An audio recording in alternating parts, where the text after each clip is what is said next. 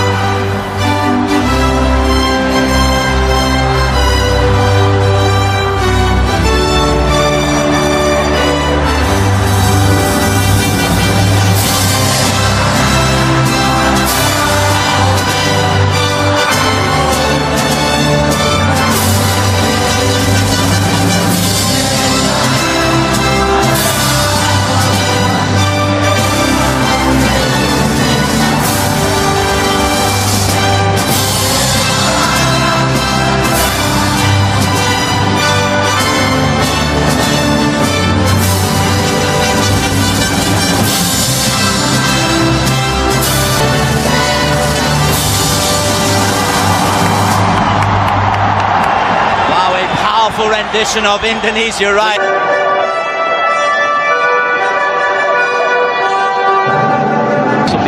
Susah pemain dari China, Pak Bungkus. Iya, seperti saya sampaikan tadi, hanya ada satu pemain penjaga gawang yang baru saja ikut mengantu bermain sejak awal. Selebihnya adalah pemain-pemain yang bermain di luar game besar, termasuk di dalam dan kesebelasan mereka yang sudah mencetak 16 gol dari 84 kali bermain untuk timnas. Salah satu pemain paling senior di pertandingan ini, bukan hanya tapi bahkan di seluruh pertandingan ini. Ya, yang memang tinggi ini. Dan kalau Anda lihat, inilah dia pemirsa, susunan pemain yang diturunkan tentunya untuk laga pamungkas, laga penentuan menuju ke grup dari FIBA World Cup Qualifiers dan Indonesia. Bung Beng. Ya, kita bisa tampil dengan penjaga gawang J tampil menggantikan Jody Amat yang kemarin sempat mengalami kartu merah. Dan inilah penampilan dari Verdong yang tampil dengan 3-4-3. Kita mengandalkan sebagai deep lying playmaker yang akan mencoba untuk memberikan terupas-terupas yang menjadi sihirnya Justin Hubner. Ini dia kesempatan yang dimiliki pemirsa oleh Tom Hai, dan ternyata Nathan itu dia.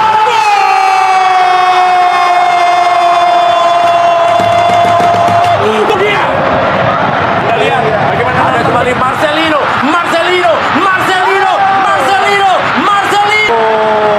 Memilih mengeksekusi sendiri tadi Marcelino, meskipun di sisi lain ada Ragnar dan Rafa yang cukup bebas. dia menjadi kiper yang lebih hebat. Ya, hati-hati sama pojok kali ini pemirsa. Mereka akan bermain lebih berani ke tengah, lebih berani keluar, dan ini harus hati-hati pertahanan kita.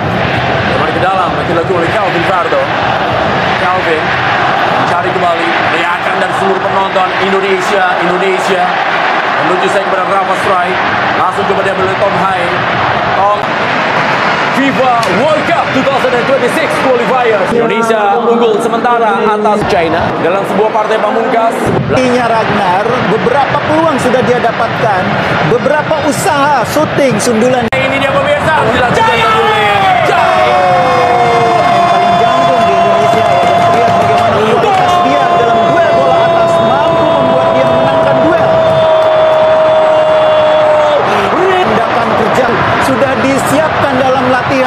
umpan melengkung dari saja, dan sejarah tercipta. Mari rakyat Indonesia menyambut, mensyukuri, dan juga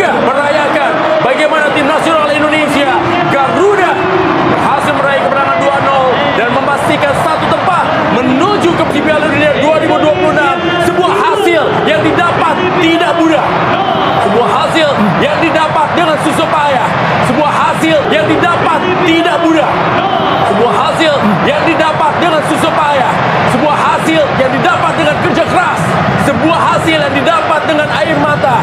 Sebuah hasil yang didapat dengan susah payah. Sebuah hasil yang didapat dengan kerja keras. Sebuah hasil yang didapat tidak mudah. Sebuah hasil yang didapat dengan susah payah. Sebuah hasil yang didapat dengan kerja keras. Sebuah hasil yang didapat dengan air mata. Sebuah hasil yang didapat dengan susah payah.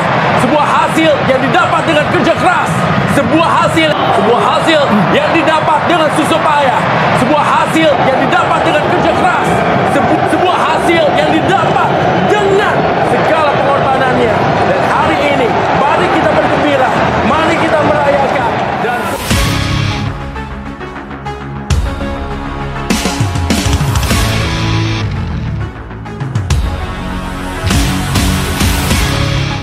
Timnas Indonesia akan kembali berlaga dalam kualifikasi Piala Dunia 2026 dengan menghadapi Cina di Stadion Qingdao.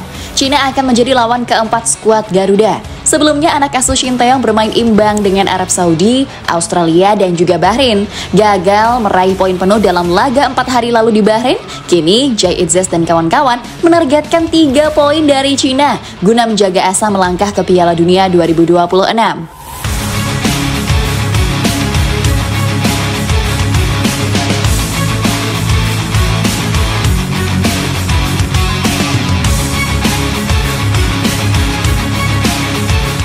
Ketua Umum PSSI Erick Thohir memberikan pesan kepada penggawa Timnas Indonesia untuk menang saat melawan Cina di matchday kelima Grup C kualifikasi Piala Dunia 2026 zona Asia. Pasalnya dengan membawa pulang 3 poin, maka kans Garuda lolos ke Piala Dunia 2026 makin besar. Seperti diketahui, Timnas Indonesia harus menelan kekecewaan lantaran harus puas berbagi skor 2-2 dengan Bahrain di matchday ketiga Grup C. Alhasil, Indonesia yang sebelumnya memimpin dengan skor 2-1 harus merelakan kemenangan yang sudah hampir diraih. Usai melawan Bahrain, Erick pun pesan agar para pemain tetap bisa fokus pada pertandingan selanjutnya dan melupakan pertandingan sebelumnya. Apalagi menurutnya, Timnas sudah bermain dengan baik selama menghadapi Bahrain. Cina belum pernah menang dari 3 laga yang sudah dilakoni, kalah 0-7 dari Jepang, takluk 1-2 dari Arab Saudi, dan dipekuk Australia 1-3.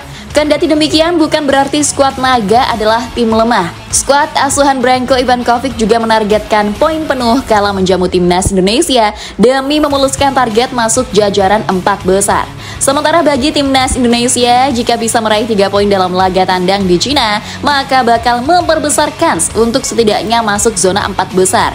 Sementara seandainya hanya bisa meraih 1 poin, maka kerja keras harus dilakukan STY dan anak asuhnya dalam sisa 6 laga yang akan dihadapi dari bulan depan hingga pertengahan 2025.